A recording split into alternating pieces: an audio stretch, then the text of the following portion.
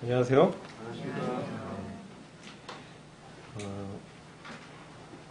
오늘은 가정의 날이죠. 오늘 어린이날인데요. 오늘 성도님들과 함께 가정의 달을 맞이해서 하나님의 교회는 하나님의 집과 같다, 이런 말씀을 좀 생각하게 됩니다. 그래서 오늘 주제는 그리스도인의 사귐, 이 교제에 대해서 함께 나누도록 하겠습니다. 이 말씀은 사실 제가 몇 년 전에 좀 나눴던 교제입니다. 근데 기도하면서 이 말씀에 대해서 다시 떠올리게 되고 다시금 교제함으로써 주님의 뜻이 어디 있는지 그것을 함께 살펴보고자 합니다. 본문을 여러 본문을 한번 찾아보고자 하는데요. 우리가 이 교제에 대해서 좀 생각할 때 먼저 생각하게 되는 게 사도행전 2장 42절 말씀을 보시면은 저희가 사도의 가르침을 받아 서로 교제하며 떡을 떼며 기도하기를 전혀 힘쓰니라, 이렇게 말씀하고 있습니다. 여기서 이제 전혀 힘쓰다라고 말씀하고 있죠. 온전히 이 삶의 우선순위를 두고 초대교회의 이 성도들이 사도의 가르침을 받은 것과 함께 서로 교제했다라고 말씀하고 있습니다. 그 교제의 자신을 드린 것입니다. 사도행전 2장 42절이죠. 그래서 삶의 우선순위에 있어서 이 성도 간의 교제에 헌신을 한 것입니다. 그래서 매우 중요한 부분이다, 이걸 좀 말씀을 드리고, 사도 요한도 이렇게 말씀하고 있죠. 요한일서 2장 3절을 보시면 우리가 보고 들은 바를 너희에게도 전하노니 너희로 우리와 사귐이 있게 하려 함이니. 여기서 이 교제를 사귐이라고 표현하고 있습니다. 그래서 이 교제의 성경적 의미가 무엇인지를 우리는 살펴봐야 됩니다. 오늘날 남녀 간의 이 사귐, 교제도 있고요. 부부 간의 사귐이 있고요. 여러 교제들이 있습니다. 근데 우리는 이 교제에 대해서 오늘날 성경적인 이 교제가 무엇인지 그 의미를 잘 모르고 있는 것 같습니다. 그래서 이제 교회들 이렇게 살펴보면은 이 교제실이 또 따로 있습니다. 주방도 있고 교제실도 있고 또 다가를 이렇게 나누면서 서로 이 사교적 친분을 쌓고 합니다. 근데 성경에서 말하는 이 교제는 좀 특별합니다. 그래서 원어로는 코이노니아라고 하더라고요. 지난번 교제 때 이 부분을 말씀드렸는데 여러 의미로 번역하는데요. 이 코이노니아, 이 교제는, 사귐은 참여하다, 협력하다, 나누다, 이런 뜻이 있습니다. 그래서 함께 나눈다. 이게 광의적으로는 교제를 설명할 수 있는 것 같아요. 근데 중요한 것은 이 교제라는 것은 어떤 조직이나 사교 활동이 아니라는 것입니다. 우리는 교제를 생각할 때 어떤 조직이나 사교 활동을 생각하는데 성경에서 말하는 교제는 물론 그것도 중요하지만 활동이 중요하지 않다는 게 아니라 성경에서 지금 말씀하고 있는 게 무엇인가, 무엇을 중점적으로 말씀하고 있는지를 주목해야 됩니다. 그래서 이 함께 나눈다라는 것은 바로 우선적으로 우리는 믿는 이로서 그리스도 안에서 연합됐다, 이런 의미가 우선적으로 있는 것입니다. 그래서 이것은 그리스도 안에서 맺는 관계, 어떤 관계를 맺고 있는가, 이것을 말씀하는 것이죠. 그래서 요한일서 1장 3절을 한 번 더 보면요. 우리가 보고 들은 것을 여러분에게 선포하는 것은 여러분과 우리가 공동의 생명을 함께 나누려고 하는 것이며 우리는 아버지와 그 아들 예수 그리스도와 그 생명을 함께 나누고 있습니다. 이 사귐을 다른 번역본에서는 공동의 생명을 함께 나누다, 이렇게 풀어서 설명하고 있습니다. 그래서 교제는, 그리스도 안에서 사귐은 다른 성도들과 주님의 생명을 함께 나누는 것입니다. 이게 성경적인 교제의 의미입니다. 그리고 이 생명은 아버지와 아들 하나님이 맺었던 그 관계 속에서 함께 나눈 바로 그 관계에서 우리가 시작한다는 거죠. 그리고 아까 말씀드렸듯이 이 코이노니아 사귐은 이 협력하다, 동역하다라는 의미가 있습니다. 동역하다. 우리가 이것은 사실은 사업에서 많이 쓰는 단어예요. 동역하다, 동업하다. 사업상 어떤 목적을 두고 함께 협력하는 것이 또 교제한 의미가 있습니다. 그럼 그리스도 안에서 이 교제라는 것은 바로 하나님께 영광을 돌리고자 하는 어떤 큰 목적을 두고 성도들이 협력하는 것입니다. 그것이 복음을 위해서 협력할 수 있고요. 또 성도들을 세우고 영혼들을 돌보는 데 있어서 협력할 수 있습니다. 근데 목적은 마치 이 세상의 사업의 목적이 경제적 이윤을 얻기 위한 것처럼 그리스도 안에서의 이 교제의 목적은 하나님께 영광을 돌리려는 목적이 우선적이라는 것입니다.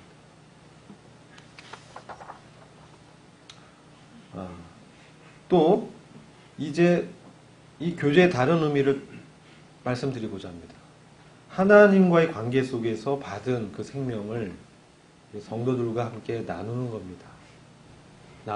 그 생명을 함께 나누는 것. 이걸 친교라고 표현을 합니다. 성도 상호 간의 친교.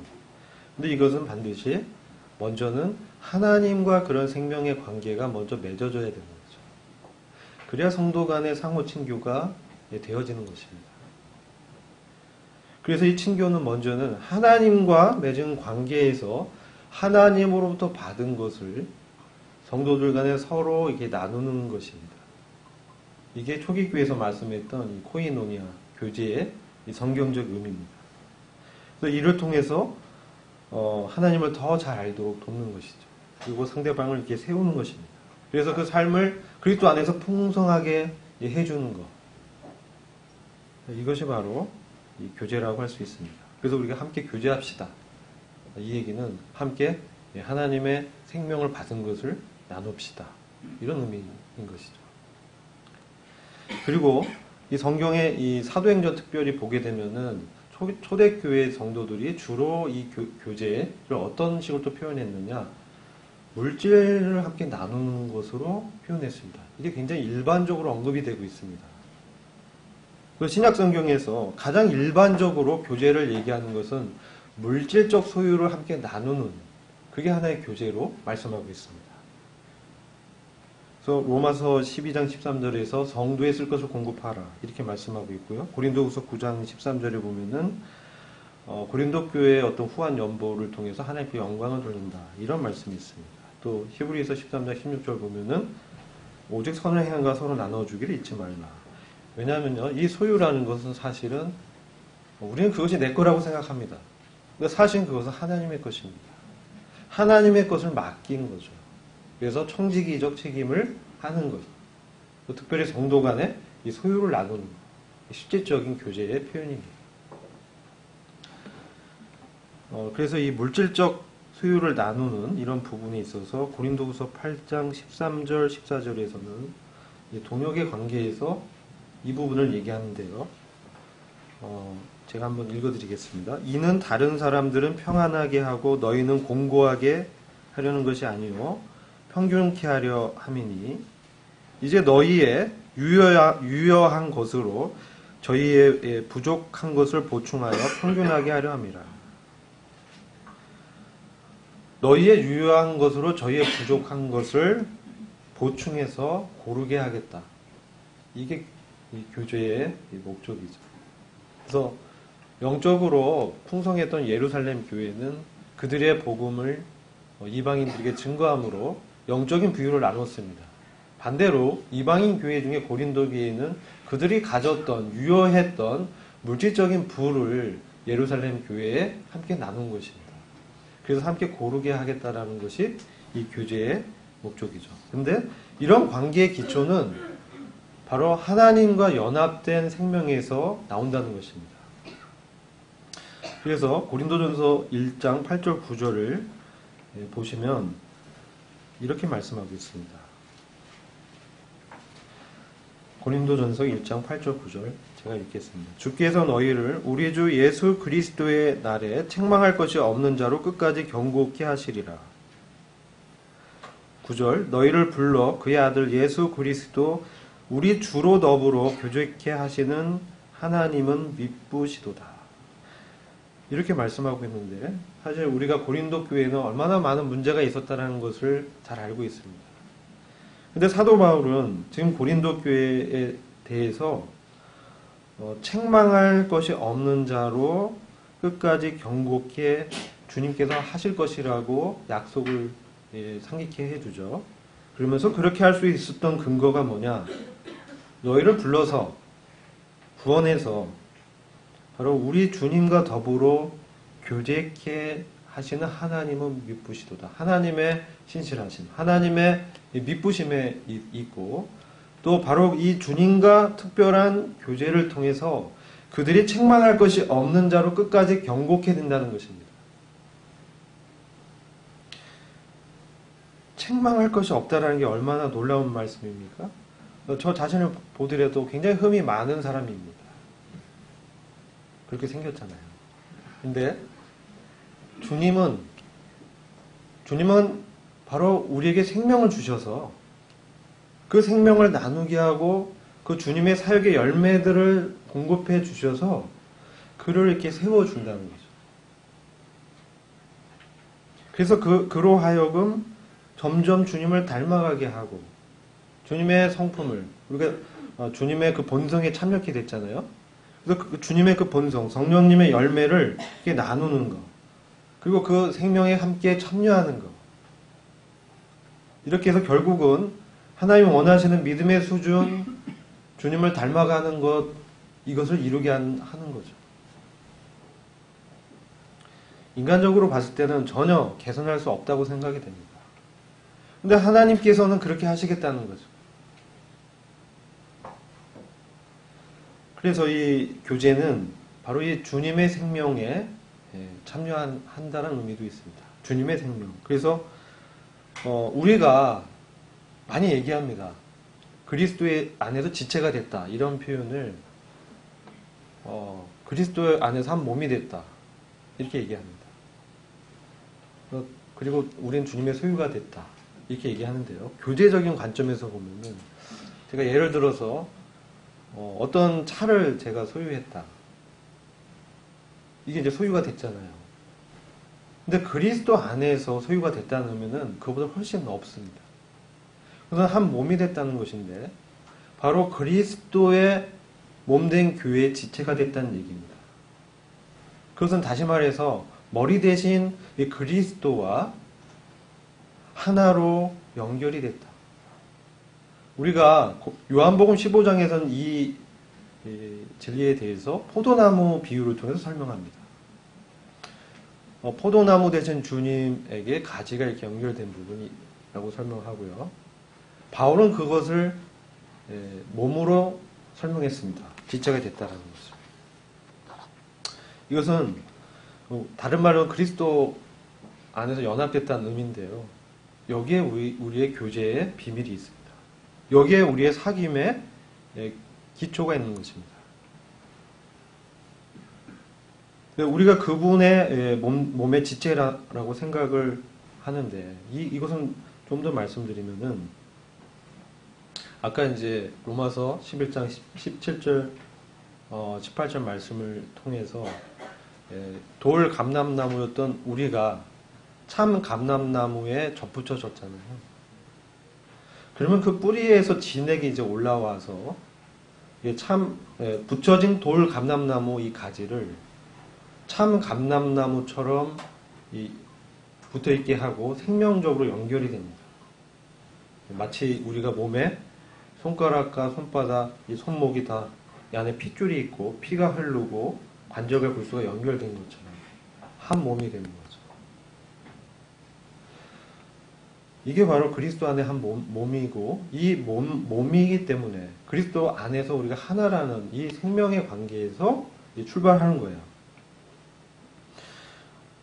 그래서 요한일서 1장 3절에서 7절을 제가 한번 다른 번역으로 아까 잠깐 말씀을 드렸는데 읽어보겠습니다. 요한일서 1장 3절에서 7절인데 우리가 보고 들은 것을 여러분에게 선포하는 것은 여러분과 우리가 공동의 생명을 함께 나누려고 하는 것이며 우리는 아버지와 그 아들 예수 그리스도와 그 생명을 함께 나누고 있습니다. 우리가 어둠 가운데 행하면서 그분의 생명을 나누어 갖고 있다고 주장한다면 우리의 말과 삶은 거짓입니다. 그러나 그분이 빛 가운데 계신 것처럼 우리가 빛 가운데 걸어간다면 우리는 공동의 생명을 함께 나누고 있으며 또한 그의 아들 예수님의 피로 말미암아 모든 죄에서 깨끗게 함을 받고 있다는 것입니다. 바울은 이런 말씀을 그리스도 안에 있다라고 표현을 했고요. 요한은 이 생명을 함께 나눈다라고 표현을 했습니다. 근데 이제 그리스도 안에 있다, 그리스도와 연합했다, 우리가 머리 대신 주님과 이렇게 연결되어 있다. 이게 사실은 우리의 이 교제의 출발입니다. 그래서 우리 그리스도인의 교제는 이러한 출발점이 세상의 이 사귐과 이 교제와 완전히 다른 것입니다.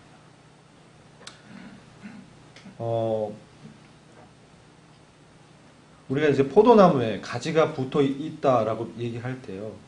이게 어떻습니까? 이 가지를 붙어 있는데 가지에 못으로 고정한 걸까요? 네? 끈으로 묶은 것입니까? 아니잖아요. 어떻게 돼 있어요? 완전히 하나로 일체대로 있잖아요.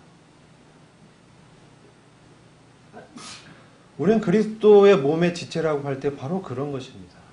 바로 우리는 그리스도와 일체가 돼 있는 것입니다. 그래서 포도나무에 있는 뿌리로부터의 그 양분이 그 일체가 된 가지에게로 이동이 되는 거죠. 한 생명의 관계를 나눴다는 것입니다. 근데 우리는 마치 그리스도 안에 우리가 하나로 연합되어 있고 한 몸이라고 얘기할 때 붙어 있으려고 애씁니다. 그리고 뭔가 고정시켜야 된다고 생각합니다. 근데 사실은 그런 게 아니에요. 믿음으로 우리는 이미 그리스도 안에 연결되어 있습니다. 로마서 12장 5절 보면요. 좀 더 이 관계를 어떻게 얘기하냐면 서로에게 지체가 돼 있다 이렇게 얘기합니다. 서로에게 지체가 돼 있다라는 거예요. 우리가 그리스도 몸에 연결돼 있을 뿐만 아니라 우리가 서로에게 지체가 돼 있고 서로에게 속해 있다는 것입니다. 그래서 하나가 아프면 당연히 그 아픔이 발이 아프면 그 아픔이 전달이 되는 거예요. 몸에. 하나로 이렇게 연결돼 있다. 그래서 이 예수님의 생명이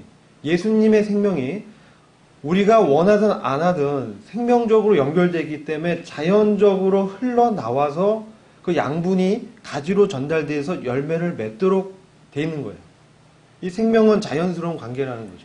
그래서 우리가 구원받으면 우리 안에 성령님께서 거룩한 욕구를 일으켜 주시고 우리 안에 생명력을 발동시켜서 전도하고 싶은 마음, 또 지체들을 위해서 섬기려고 하는 마음을 일으켜 주십니다. 이것은 왜냐하면 예수 그리스도의 그 사랑이 우리한테 있고 그것이 흘러 넘쳐서 이제 우리 삶에서 나타나는 것이죠.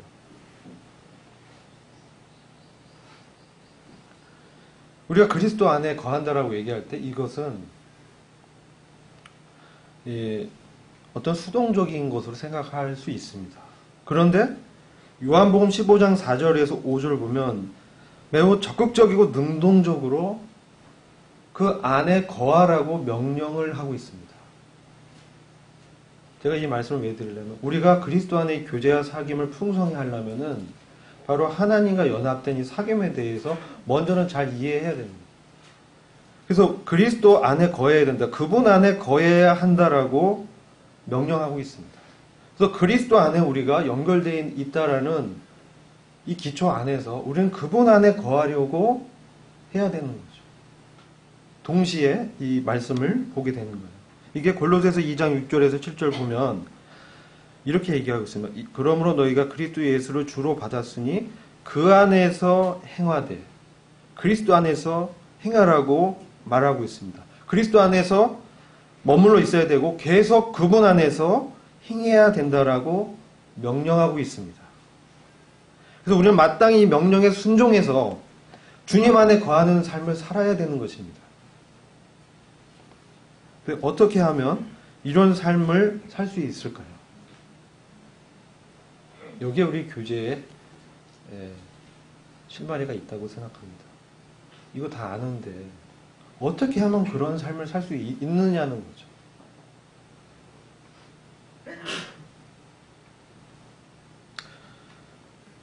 이것을 방해하는 것들도 많습니다. 세상의 죄의 세력들, 나의 육신, 자아, 옛 습성들 이런 것들이 자꾸 일어나서 그리스도 안에 살고 싶은데 잘 살지 못하게 하는 것 같아요. 그러니까 말씀도 잘 못 읽고요. 기도도 잘 못하고요. 제가 어떻게 이런 그리스도 안에 거하는 삶을 계속 살라는 명령을 따를 수 있습니까? 이렇게 얘기할 수도 있습니다. 근데 중요한 것은 우리가 이미 주님과 함께 연결돼서 주님의 몸의 일부가 되고 일체가 되었다라는 사실입니다. 이것을 놓쳐서 안 됩니다. 놓쳐서는 안 됩니다. 그래서 우리의 삶의 능력의 근원은 우리가 얼마나 말씀을 보느냐, 얼마나 기도를 했느냐, 어떤 활동을 했느냐, 여기에 있는 게 아니고요. 우리 중심에 주님이 계시다는 것에 있습니다. 우리의 영혼 가운데 주님께서 계시다. 여기에 우리의 능력의 근원이 있는 것입니다.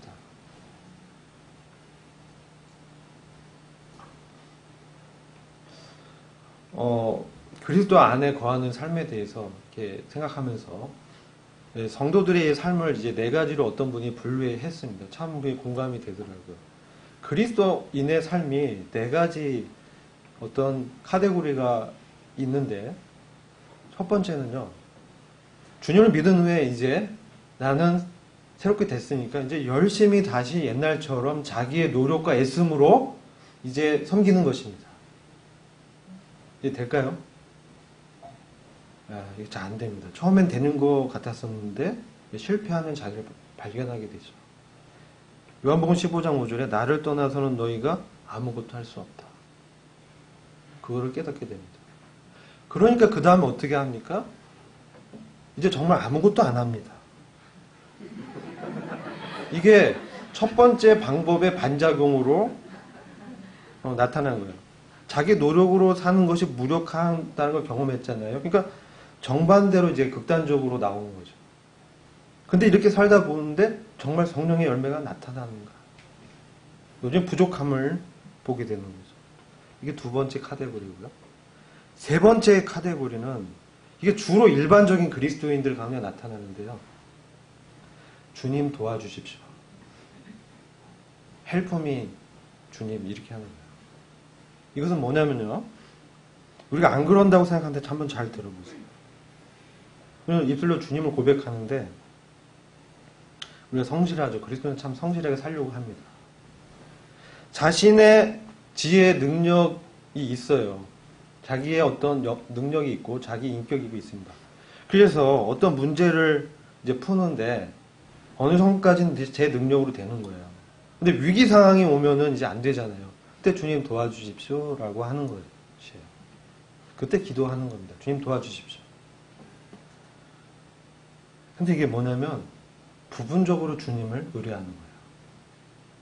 아직까지는 제가 할 수 있다는 거죠. 그런데 우리는 주님을 이제 믿고 신앙생활을 하면 할수록 뭘 깨달으냐? 아주 작은 것조차도 주님이 능력을 주시지 않는다면 할 수 없는 자신을 발견하게 됩니다. 그래서 우리 자신의 힘으로는 하나님의 의를 이룰 수 없고 그 의무를 수행할 수 없다라는 것을 우리 삶 속에서 경험적으로 또 알게 됩니다. 역시 이 네 번째 카테고리도 실패하게 되는 거죠. 이제 제가 마지막에 말씀드리는 이 범주의 사람들이 어떤 사람들이냐? 바로 그것이 그리스도 안에 거하는 삶을 사는 사람들입니다. 그럼 그리스도 안에 거한다라는 것은 모든 것을 하나님께 이제 맡기고 사는 것이죠. 근데 차이가 있어요. 그리고 어떤 짐을 들 때요. 짐을 들 때 저편의 끝에서 주님이 드시고요. 제가 이쪽을 들겠습니다. 저는 어느 정도 제가 할 수 있습니다. 이런 차원이 아니라 그 짐을 혼자 들지라도 주님 제게 힘이 없습니다. 주님 제게 이것을 이길 능력이 전혀 없습니다. 그러나 주님께서 힘을 주신다면 그 힘으로 제가 이것을 하겠습니다. 그리고 그것을 듣는 것이죠. 전적으로 저에겐 능력이 없음을 주님께 내려놓고 고백하고 전적으로 주님만을 바라보고 의지하는 삶입니다. 그게 그리스도 안에 거하는 삶입니다. 근데 이것이 바울이 빌립보서 4장 13절에 이런 말씀을 했어요. 내게 능력 주시는 자 안에서 내가 모든 것을 할 수 있다. 여긴 모든 것을 할 수 있는데 단서가 뭐냐? 내게 능력을 주셔야만 할 수 있다는 거예요. 그건 단순히 주님 도와주십시오라는 것이 아니라 삶을 처음에 시작하는 아침에 경건의 시간을 가질 때 주님 오늘 하루 주님을 예배하는 삶을 제가 살 수 없는데 주님이 능력을 주셔서 예배하는 삶을 살 수 있도록 주님께서 함께하여 주십시오. 이 교만한 것이 오늘도 주님의 삶을 살고자 합니다. 이렇게 됐을 때 바울은 여러 가지 그 환경에 어려움이 있었습니다. 마치 자기가 죽을 것 같은 환경, 자기를 억누르는 적들, 또 복음의 이런 그 환경이 이루어지지 않은 곳에서의 그 어려움들, 또 자기가 증거한 복음을 받은 사람들이 바울을 무시하고 바울 말을 인정하지 않는 그런 사례들이 있었어요. 그런 모든 환경 속에서 바울은 그리스도 안에서 만족했다. 그리스도 안에서 그가 만족했다. 그럼 바울이 그냥 아무것도 안 했냐? 그러지 않았어요. 바울은 골로새서 1장 28절 29절에서 이렇게 말씀합니다. 우리가 그를 전파하여 각 사람을 권하고 모든 지혜로 각 사람을 가르치면 각 사람을 그리스도 안에서 완전한 자로 세우려 함이니 이를 위하여 나도 내 속에서 능력으로 역사하시는 이의 역사를 따라 힘을 다하여 수고하노라. 그는 성령님을 전적으로 의지했습니다. 주님의 그 계시를 전적으로 바라봤습니다. 그리고 그 안에 말씀하는 그 말씀을 따라서 그는 힘을 다하여 수고했습니다. 그는 우리가 성경에 나오는 사도행전에 그 스데반을 보더라도요. 그가 돌을 맞으면서 죽어가는 그 순간 속에서도 우편 보좌에 서 계신 주님을 계속 바라봤습니다. 그가 순교할 수 있었던 것은 주님을 계속 바라봤기 때문입니다. 그래서 우리가 그리스도 안에서 열매를 맺고 그리스도 안에 거하는 삶을 산다는 것은 바로 이와 같이 전적으로 주님을 의지하고 바라보는 것입니다. 주님의 얼굴을 구하는 것입니다. 그러면서 그에게 주어진 책무를 주님을 의지해서 내 힘은 이걸 이룰 수 없지만 주님이 함께 하시니 주님의 능력을 주심으로 제가 일을 할 수 있습니다. 이렇게 그 일을 묵묵히 수행하는 것입니다. 우리는 그리스도 안에 거한다는 말에 대해서 성경에서 어떻게 말하고 있는지 이것을 잘 이해해야 됩니다.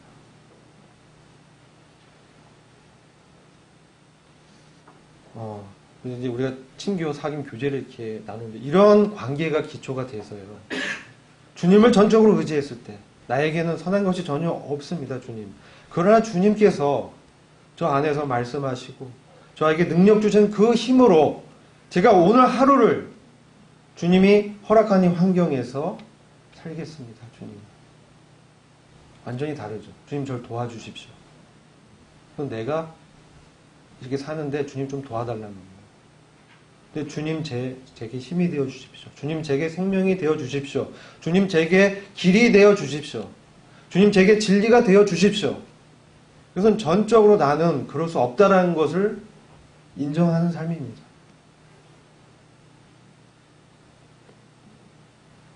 이런 삶을 이제 시작했을 때 이제 우리는 성도 간의 이 사귐도 그 생명에서 나오는 그 풍성함으로 서로 그것을 나누는 것이죠.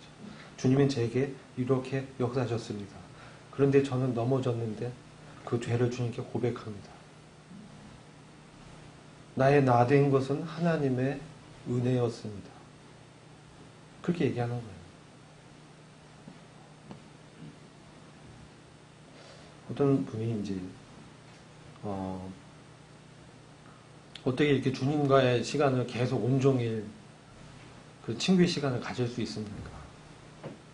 우리가 그 로렌스 형제 그런 책들 있잖아요.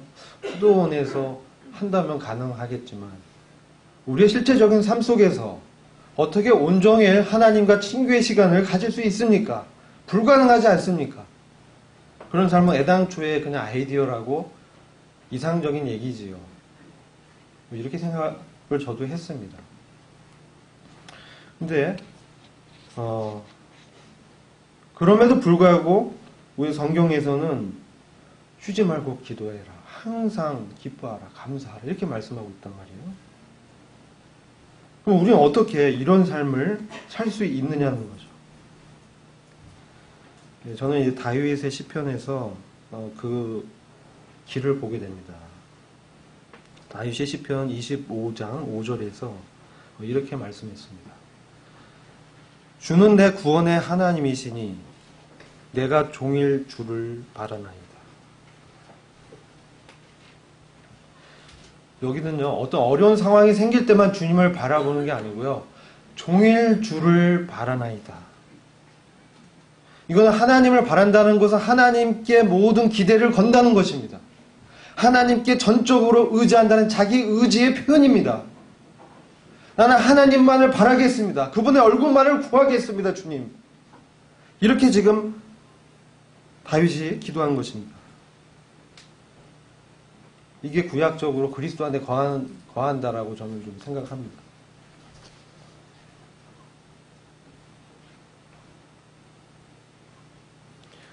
그랬을 때 주님이 종일 주님의 얼굴을 구하는 그 마음의 태도를 보시는 거죠.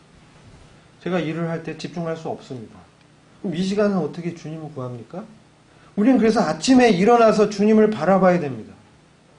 주님께서 새벽 미명에 일어나서 아버지와 귀한 사귐의 시간을 가졌습니다. 그렇다면 우리는 더욱더 피곤하더라도 피곤한 무릎을 이렇게 세워서 아침에 주님의 얼굴을 구하는 말씀을 봐야 되는 것입니다. 그렇지 않다면 주님 안에 거하는 그 명령을 수행할 수가 없어요. 아침에 그 주님과의 교제, 주님이 전부라는 고백, 주님은 오늘 하루 저에게 힘을 주셔서 저의 삶을 예배자의 삶으로 인도해 달라는 그 기도와 함께 시작된 그 하루를 주님이 책임져 주시는 것이죠. 그리고 하루 일과를 마쳤을 때 내가 그 시간을 자유롭게 쓸 수 있을 때 과연 우리는 무엇을 하는가?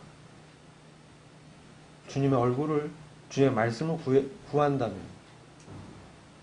그것이 바로 종일 주를 바라보는 삶이 아니겠습니까? 우리가 어쩔 수 없이 내 정신을 거기에 집중해서 해야 된다면 주님을 의지하는 마음으로 우리는 주님께 묵도를 드릴 수가 있을 것입니다. 아닥사스다 왕이 느헤미야에게 내가 뭐를 원하냐, 내가 뭐를 해줄까? 그때 느헤미야가 어떻게 했습니까? 잠시 묵도했습니다. 잠시 기도했습니다. 그 순간에. 근데 느헤미야는 그때만 생각한 게 아니라 이스라엘의 그 예루살렘 성의 재건을 계속 위해서 기도했거든요. 그럴 때 그가 하나님 제가 어떻게 해야 되나요? 그 순간 하나님께 물어봤다는 거죠. 왕이 그렇게 물어봤을 때, 아닥스다가 그렇게 물어봤을 때 바로 그 하나님과 그 사귐과 그 시간 속에서 그가 소원을 아뢰게 된 것입니다. 바로 이런 하나님과 끊임없는 사귐이 바로 이렇게 생명으로 나타나는 것이죠. 근데 우리가 왜 이런 사귐을 갖느냐는 거죠. 제가 좀 성장하기 위해서요. 그게 아니라는 거죠. 제가 좀 뭔가 잘 해보려고. 그게 아닌 거죠.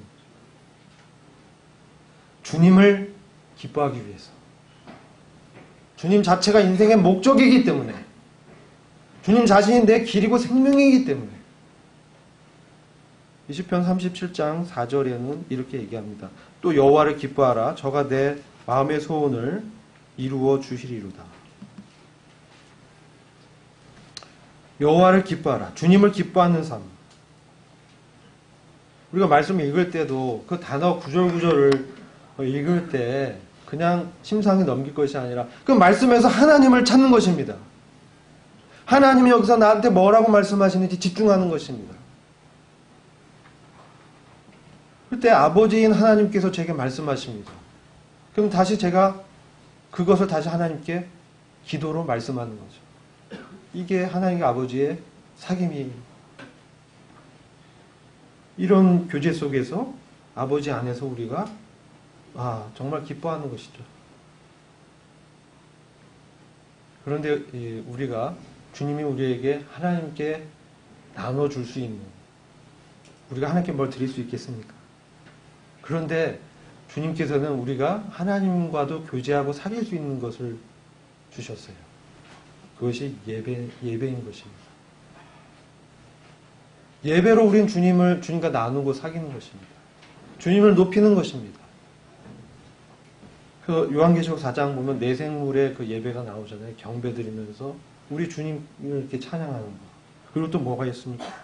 우린 주님께 드릴 수 있는 것이 이제 사랑하는 마음이죠. 하나님 마음에 감동돼서 사랑하는 마음이 일어나는 것입니다. 그때 어떻게 됩니까? 순종하는 거죠.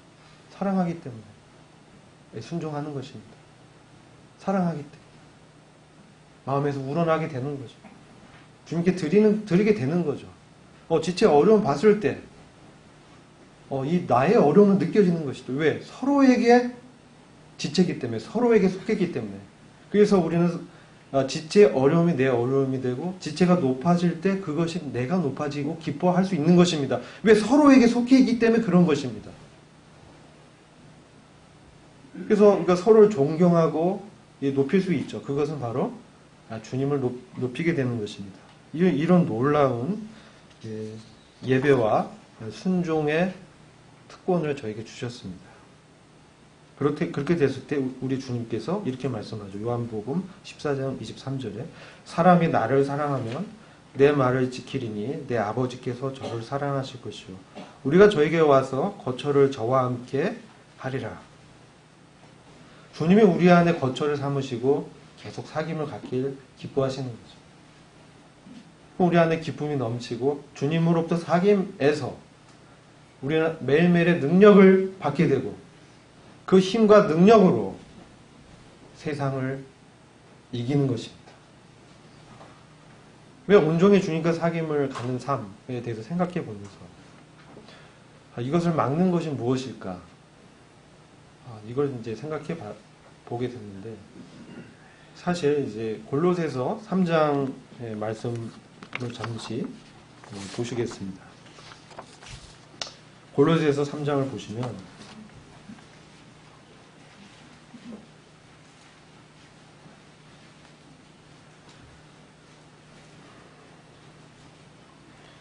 예, 17절과 23절, 24절입니다. 17절 보시면 또 무엇을 하든지 말에나 일에나 다 주 예수의 이름으로 하고 그를 힘입어 하나님 아버지께 감사하라. 무엇을 하든지 말에나 일에나 말을 하거나 일을 하거나 뭐로 하라고요? 주 예수의 이름으로 하라고 말씀하고 있어요. 그를 힘입어 하나님 아버지께 감사하라. 그러면요, 우리의 모든 일이 누구의 일입니까? 주님의 일인 것이죠. 그래서 주님이 예수의 이름으로 하는 거예요. 왜 주님의 일입니까? 내가 주님의 것이기 때문에 그런 것입니다. 내가 주님께 속했기 때문에, 내가 주님의 것이기 때문에 이제부터 내가 속한 모든 영역은 주님의 영역인 것입니다. 그렇게 되니까 23절, 24절에 무슨 일을 하든지 마음을 다하여 주께 하듯 하고 사람에게 하듯 하지 말라.